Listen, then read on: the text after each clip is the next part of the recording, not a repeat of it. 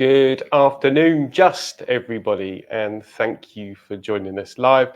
It's hard to believe this is the third edition in our LinkedIn Live, and we've given ourselves a new name. We are now Level Up.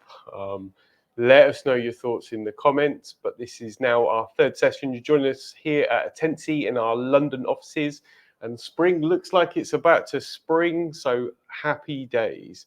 Remember, if you're not able to join us live, this is on record, but also, as I said, our third edition now. So if you've not had the opportunity to watch the first two with Max Turner and Jamie Watson, they're available on my profile page, but we'll drop the links to those two shows in the comments here after this live. Today, I'm joined by another game changer and all-round human of Attensi, James. James, welcome. Thanks for coming. Thank you for having me, Dean. To hear a bit about yourself. Yeah, absolutely. I am a business development director here at Attensi. I'm also an avid chef, which is, I think, why you've invited me to the kitchen today. Drop some recipes in the comments as well. To talk about secret sauces. No, but in all seriousness, I look after our hotel and travel clients here at Attensi, which basically means on a day-to-day, I'm working with operations managers, L&D teams, HR directors to help them change the way they train their teams with game-based learning. Amazing. Thank you. Thank you for coming on the show. My pleasure. So, James, today we're going to talk about retention. Yep. So it's definitely a hot topic and always remains so. But are we really still seeing this as a big challenge? Yeah, retention is a massive challenge, especially within the UK hospitality industry. I think right now churn is sitting at about 30% inside of hospitality, which is about double the UK national average. And the reason that that's such a challenge is because it can cost up to like £2,000 to actually onboard a new employee when someone leaves. So if you think about that extrapolated over a whole business, it becomes a pretty big operational line item to find new talent, and also not to mention the time to competence and the time to actually find that right person. So we said about £2,000 is a typical onboarding cost, and Correct. I suppose that's not to mention actually time to competence as well. That doesn't account for that. So yeah, which can be quite lengthy. Absolutely. So why, in your, I suppose you speak to kind of customers on a weekly and almost a daily basis. So why do we see this as a particular challenge in hotels? Yeah, hotels is an interesting one. Obviously, hotels is a subsector of hospitality, and I think they see the retention challenge for numerous reasons, but I'll focus on two. The first one is about training. So training is the first thing that a new joiner is going to see when they enter a company. They're going to be exposed to their onboarding. They're going to be exposed to the brand messaging, and if you don't get that right, then the result is that employee is not going to feel as effective in their job. They're not going to feel as confident in their ability to deliver in the skills they need, and they're going to be more prone to leave. Now, within hotels, drilling down inside of hotels, they have a lot of different job functions and departments inside of a hotel. So you've got front of house, you got back of house, operations, food and beverage, housekeeping, and while there are some commonalities between how you'd onboard each of those departments, they also require a pretty nuanced approach to how you train. And so for an L&D team, having to design a training program for all of those different departments, that can be challenging.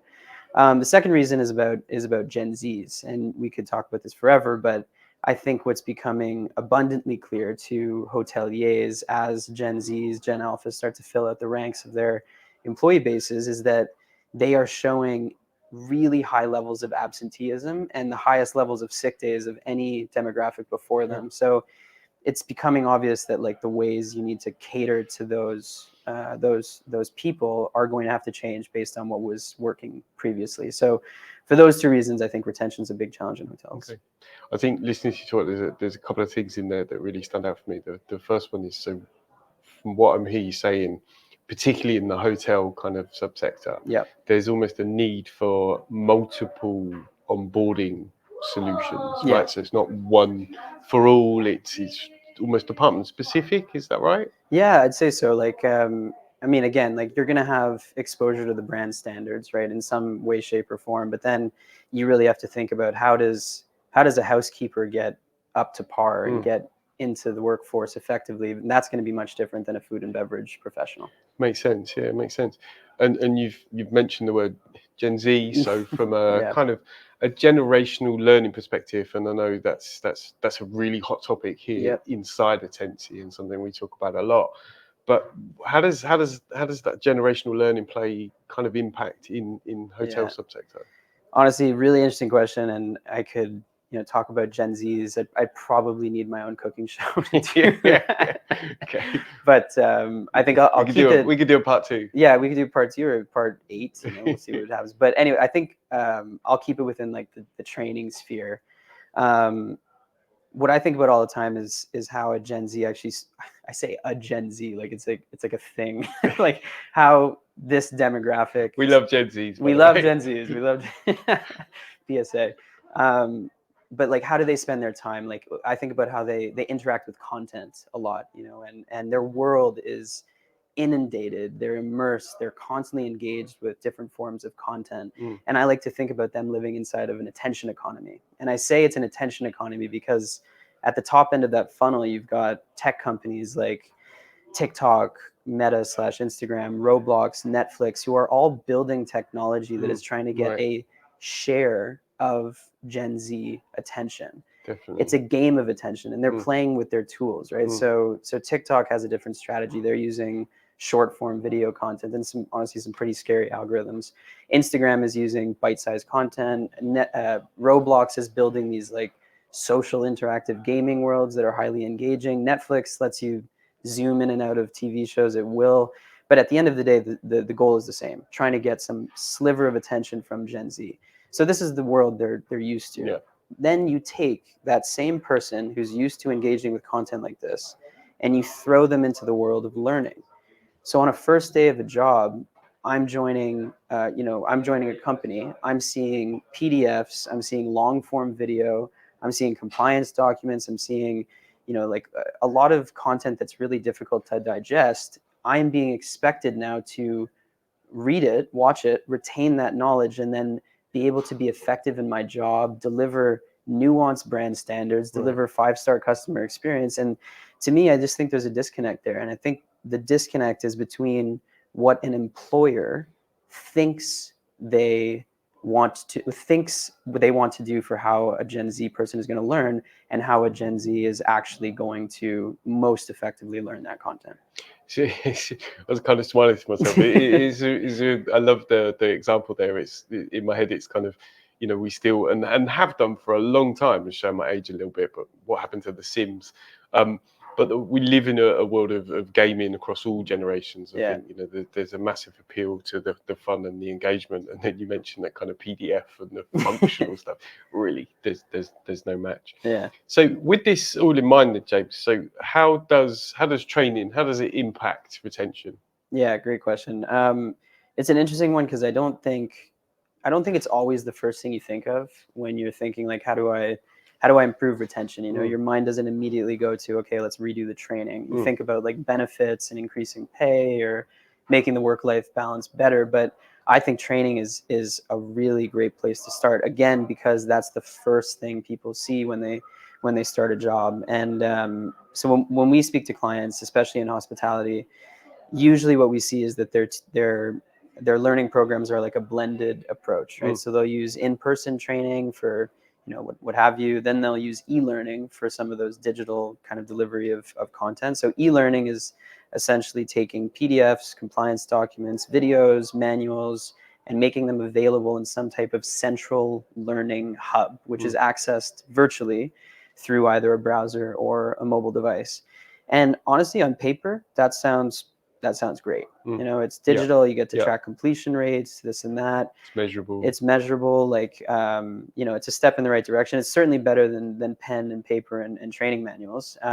But that being said, what we hear day in and day out is that e-learning as a format is not engaging. And specifically what we hear is that it feels like a tick the box style exercise. And in some extreme cases, we'll hear death by PowerPoint, which is a little bit more dark, but anyways, tick the box, right? So what does that mean? It means that if I'm an employee, I'm logging into this way of learning. I'm opening a PDF. I'm looking at it once, maybe twice, and then I'm closing it down, and I'm literally checking a box that says, okay, I'm certified now. My aim's to But get it done, right? my aim is to complete it and not to actually learn or retain knowledge. So what does that mean for the business? It means that you've got a whole range of staff who are not actually retaining the knowledge in the ways that they're supposed to.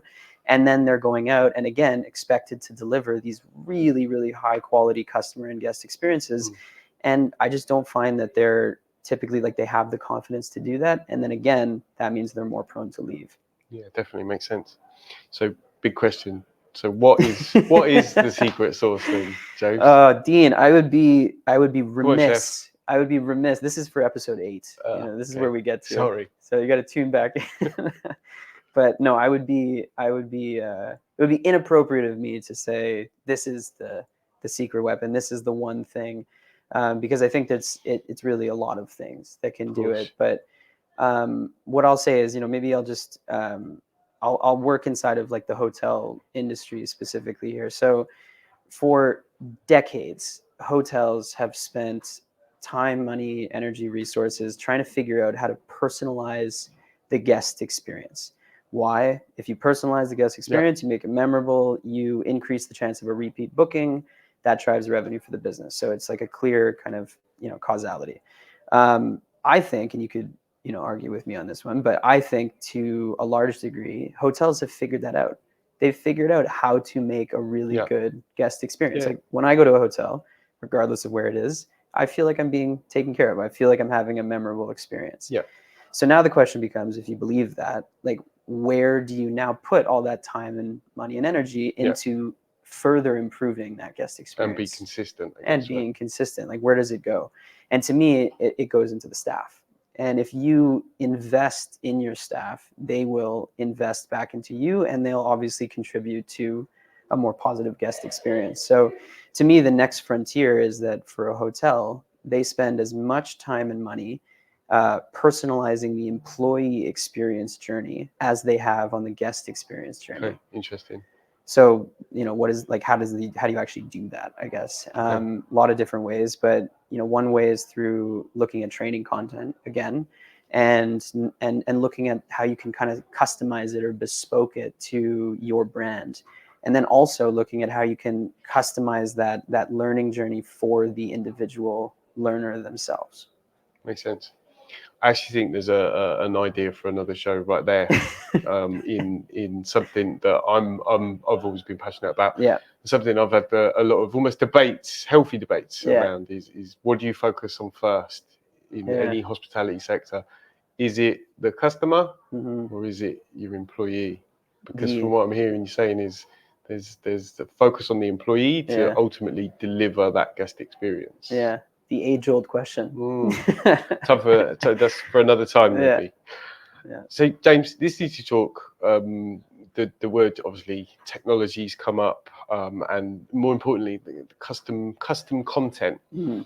So, how would a customer sort of navigate that? Talk to us about that a little bit. It's an interesting one. I mean, to me, custom content means basically anything that's not generic or off the shelf. So the difference would be that, like, instead of logging into a repository of content that speaks generically to customer service, you're accessing a document that says, this is how we at Hotel X do customer service, and these are the messages that we want to instill inside of that guest experience. So that's one way of looking at it. But I think the more impactful way is actually looking at it from the learner perspective. So why are we not able to make a journey where, if I'm a new joiner, I'm coming into a business, and on day one, I see this is the piece of content I do first. This is my week one. This is like this. These are the steps in the checklist that I have to follow to get to where I need to be after week one. So that's kind of the basis. But then if you extrapolate that longer term, why can't we make something that says, Dean, here are the steps you need to take in 3 months from a learning perspective to be on a path to be a manager or to be on a path to be a director. Here are the steps you need to take in 6 months, clear a year, career path, like a clear path. And that's another thing that comes up all the time in hospitality is, like, how do you make hospitality look and feel more like a career rather than just a profession? Because that's essentially what it is. And I think training and customization is a great way to do that. The other analogy I think of that I love is like Starbucks years ago started putting people's names on cups, right? So you'd go and get a Starbucks, you get your name on a cup, and it's something so small that they do, but it makes such a big difference. You know, like you feel like that's your right? like your cup of coffee. It's memorable. It's like that's me. Like I'm connected to that brand. So like, why can't we do the same thing with learning? Just make something that's for that person, and it's not really not that hard. Yeah, it's a really powerful example. Nice. Thank you. Custom content. I'm hearing custom content, you know, I'm hearing bespoke, but surely this is timely. Surely, you know, how does a typical L&D department, which we know not often are overrun with colleagues and they're not big teams, but how do they use this? How do they navigate that? Yeah, I mean, it's honestly, it's a question that comes up a lot because, and again, I'll put it within the hotel sphere. So let's look at the hotel industry in the UK. So roughly 70% of hotels in the UK are independently owned and operated. So they're running somewhere between like 2 and let's say 15 locations. Obviously there are outliers on either side, but let's say around there. Different to the franchisee model, which is like the Wyndhams, the Hiltons, the Best Westerns. Inside of that model, you're having, let's say, matching numbers like maybe 40, 50 staff per hotel. For that number of locations and that number of staff, you really don't need an L&D team that's bigger than 3 to 4 people. Like between those people, they can manage training, they can manage onboarding, they can manage in person.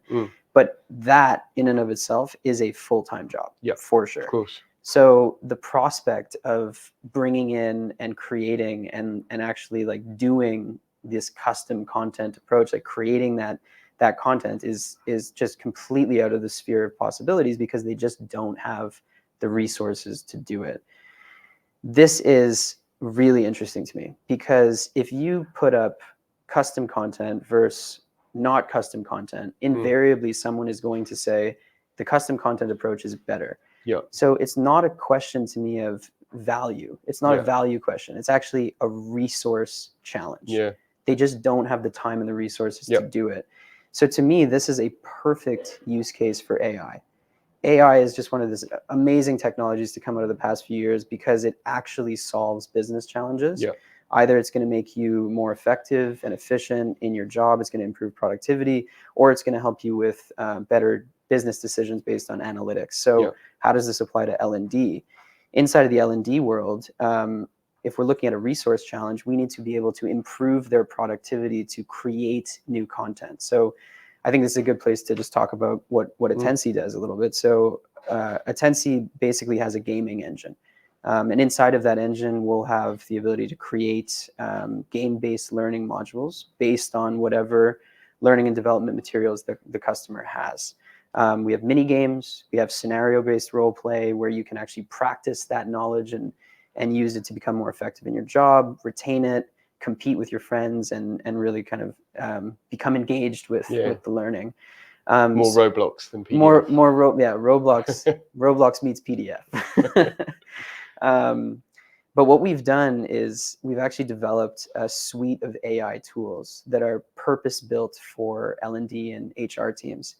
We have analytics tools, we have content creation. The one that really stands out to me as a big game changer is this ability to take PDFs, training manuals, PowerPoints, content, upload it into our creator tool, which is the underpinning of all of our products, press a button, and then immediately create this game-based learning module that is fun and exciting and lets people compete and earn points. I've used this to upload like 20 to 40 page customer service documents and press a button and then generate this module that's with like 10, 15 mini games. And I can visually see how we're taking something that's long form, maybe not easily digestible, converting into something where people can pick out key points and facts, play through them, incentivized to actually play through again by failing and repeating and getting better, and having fun and competing with their colleagues. Like it's a complete night and day shift that's powered by literally an AI button. Death to the PDF. Like death to the PDF, birth to the AI. So we won't patent that. Yeah, we're not patenting that. So to me, like that's incredibly exciting. You know, Amazing. it's just a clear example of where things can go. Amazing. That yeah, genuinely exciting, and not to coin the phrase too much, but an absolute game changer. James, I've one final question as Yeah. always, and it's not secret anymore because you were Yeah. seen on the last two shows. But Yeah. love to hear something that I've heard rumours of a band, but maybe we won't go into that now. But something you're particularly proud of. Yeah, I mean, it sounds corny to say it, I guess, but you know, I've joined fairly recently in Attensi, and just in the last little bit, seeing the developments that our product team is able to do and put out into the world, not only just kind of developing products in a vacuum because of things that we think are going to be good, but actually listening to customers, iterating, and then launching products that solve real challenges like this AI suite is really exciting to do, because on the front line of stuff, I get to show it off and say like, hey, look at this cool game. Yeah. You know? It's really, really fun. And that doesn't happen without a stellar product team. Yeah, I get that. I'd second that. I think it's nice to be part of an organization where we say we're super fast, but we actually are. And as you alluded to, we very much listen to what people have to say, and we're able to bring that to life as quick as possible. Absolutely. Amazing. James, thank you so much. Thank James you. Shannon, human of Attensi and chef with the secret sauce. Thank you to everybody that managed to join live. Of course, if you're watching this on record as well, we'd love to get your feedback, your thoughts, your comments. So far, we've had nothing but positive notes. But if there's anything you'd love to hear more about or even see, please just drop us a DM or get in touch. If you'd love to get to grips with some of our solutions, some of our game-based simulations, please, you can connect with me directly on my LinkedIn profile page, or you can head over to Attensi website and you can book a demo with us directly. And of course, we'd love to get you in the driving seat of some of our solutions and bring them to life. But thanks again for joining, and we look forward to seeing you again in a few weeks' time. Thank you so much. You.